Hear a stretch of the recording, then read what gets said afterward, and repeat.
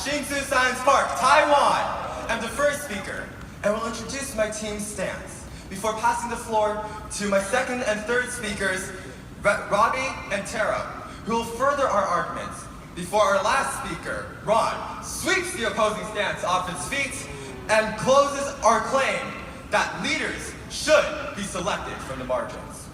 First, we would like to define the terms and present a slight rebuttal. We believe that those on the margins refers not just to the periphery, but to the marginalized, which the prestigious Merriam-Webster defines as to relegate to an unimportant or powerless position within a society or group. Notice how there is no mention of a majority or a minority population. Next, the definition of selected from Merriam-Webster as well means chosen from a number or group by fitness or preference. We, the affirmative team, will not take the stance that leaders from the margins should be chosen by a twisted process. We believe that those on the margins shall be selected by the natural process of democracy and will be selected in the future.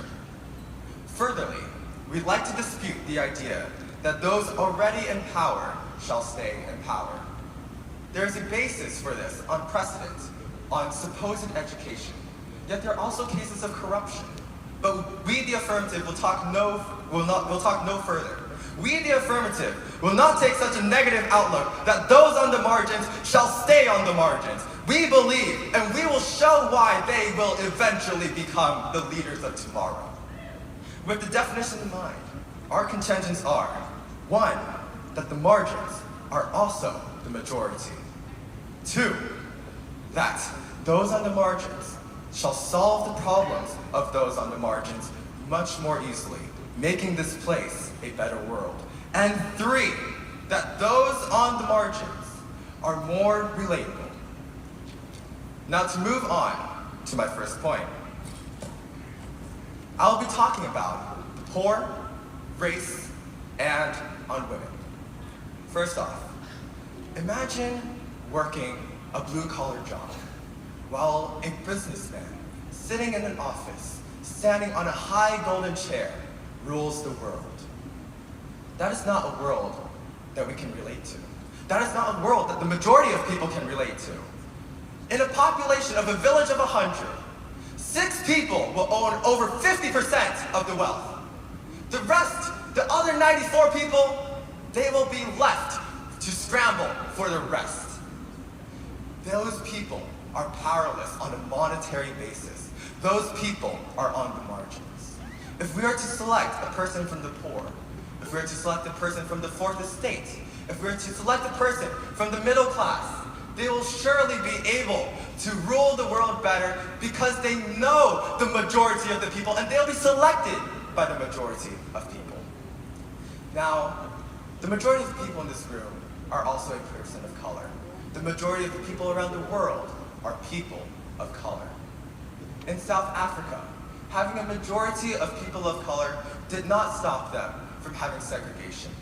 It did not stop them from suffering until one man, one very specific man, Mandela, a black man, decided that it was time to change his nation, and he did. He suffered in jail. He was an inspiration to all those incarcerated for fighting marginalization, and that went to jail for it. By another example, Gandhi.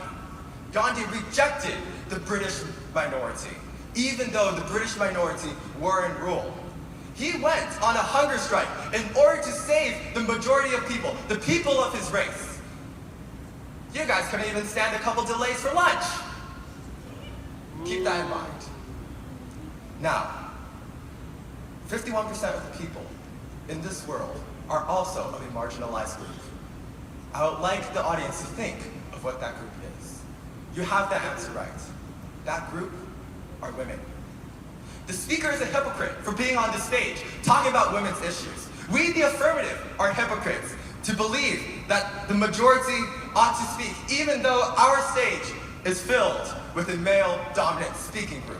We believe that women ought to have the right to speak because they are the majority, and in a democracy which has proven to be the majority ruling system of this world, majorities take